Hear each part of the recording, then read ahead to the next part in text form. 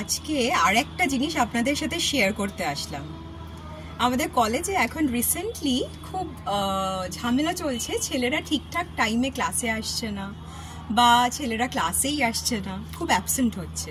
তো তার জন্য বেশ কিছুদিন ধরে বিভিন্ন ক্লাসের বিভিন্ন সেকশনের ধীরে ধীরে গার্জেন কল হতেও শুরু হয়েছে। তো সেদিনকে জেনারেলের একটা ক্লাস ছিল, সেমেস্টার 2 এর জেনারেলের একটা ক্লাস ছিল এবং আমার ক্লাসটা ছিল 7টা থেকে, সন্ধ্যে 7টা থেকে। কিন্তু যেহেতু একজন প্রফেসর অ্যাবসেন্ট, তো তাই জন্য আমি 5টা নাগাদ সেই ক্লাসটা নিতে যাই। কিন্তু ছেলেরা অলরেডি খবরটা পেয়ে গেছিল যে 5টায় যেই প্রফেসরের ক্লাস তিনি আসবেন না।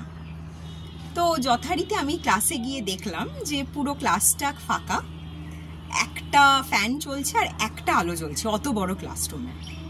তো সেখানে দাঁড়িয়ে ওই মুহূর্তটাতে একটু রাখতে হয়েছিল, কেননা গার্জেন কল হওয়া সত্ত্বেও ওরা আসছে না। স্টাফ রুমে এটা নিয়ে প্রচুর আলোচনা হচ্ছে যে কেন ওরা ক্লাস করতে আসছে না এত কিছুর পরেও। কিন্তু সেদিনকে জানি না কি মনে হলো, আমি ক্লাসরুমে ঢুকলাম, ঢুকে সমস্ত আলোগুলো জ্বালিয়ে চেয়ারে বসলাম, ফ্যান চালালাম। চেয়ারে বসে ওদের যে একটা হোয়াটসঅ্যাপ গ্রুপ থাকে, অফিসিয়াল গ্রুপ, সেই গ্রুপে একটা মেসেজ করলাম যে আমি 5 নম্বর রুমে বসে আছি, তোমরা যদি ক্লাসে আসতে চাও আসো, আমি এই ক্লাসটা নেব। ব্যাস এইটুকুনি, আর কিছু না।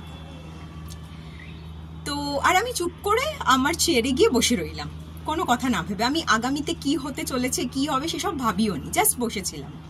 কতক্ষণ বসবো সেইটাও সেই মুহূর্তে মাথায় আসেনি। দেখলাম 2টি ছেলে ক্লাসে ঢুকলো, তারা এসে বসলো। তো আমি তাদেরকে জিজ্ঞেস করলাম, বাকিরা বললো ম্যাম আমরা তো জানি না, আমরা আপনার মেসেজটা দেখে ক্লাসে আসলাম। তো আমি বললাম তাহলে আর 5 মিনিট আমরা অপেক্ষা করি, তারপরে আমরা ক্লাস শুরু করব। এবং আমি বললাম যে আজকে যদি আর কেউ না আসে, আমি তোমাদের দুজনকেই আজকে পড়াবো, কিন্তু আমরা আজকে ফুল ক্লাসটা করব, পুরো 1 ঘন্টা। তো 5 মিনিট 10 মিনিট আমি মনে মনে টাইম নিজেকে দিয়েছিলাম যে 10 মিনিট অপেক্ষা করব, তারপরে আমি স্টার্ট করে দেবো।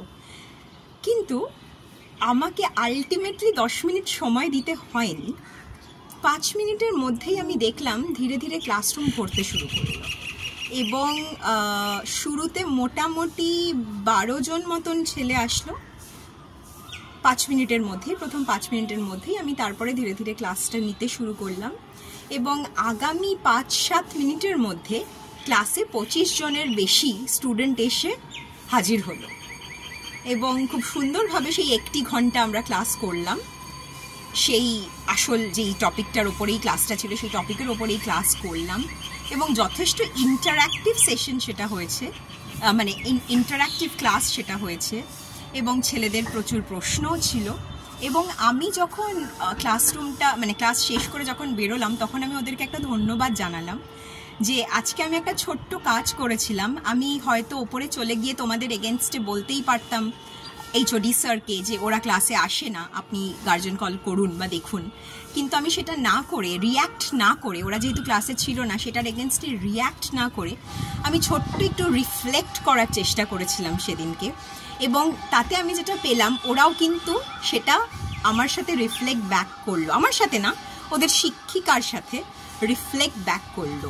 আমার মনে হয় এই ছোট ছোট রিয়াকশনগুলোকে যদি আমরা রিফ্লেকশনে চেঞ্জ করতে পারি, তাহলে এই জেনারেশন বা আমরা সবাই সঠিক পথে এগোতে পারি।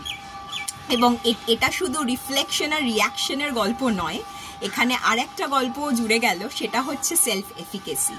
আমার বিশ্বাস ছিল 3টে ছেলে হলেও আসবে এবং 2 থেকে 25-এরও বেশি ছেলে সেদিনকে এসেছিল। তাই এই বিশ্বাসটা যে আই ক্যান ডু ইট, আমি একটা মেসেজ করে দেখি না ওরা আসে কিনা, অন্তত 2 জন তো আসতে পারে।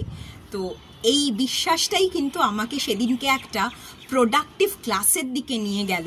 শুধু আমাকে নয়, ওই 25টিরও বেশি ছেলেকেও একটা সুন্দর ভাবনার দিকে নিয়ে গেল। সেখানে ওরাও শিখলো যে রিয়াকশনের বদলে রিফ্লেক্ট করলে জীবনে অনেক দূর এগোনো যায়, আর সেলফ এফিকেসিটা প্র্যাকটিস করলে আমার মনে হয় আমাদের কনফিডেন্সটা ধীরে ধীরে বাড়তেই থাকে। তো আমরাও প্র্যাকটিস করে চলেছি, আপনারাও করুন এবং আমাদের স্টুডেন্টরাও করছে, আপনারাও আশা করি করছেন। প্রশ্ন করুন, জিজ্ঞাসাও করতে হবে এবং প্র্যাকটিস করতে হবে এই সেলফ এফিকেসি।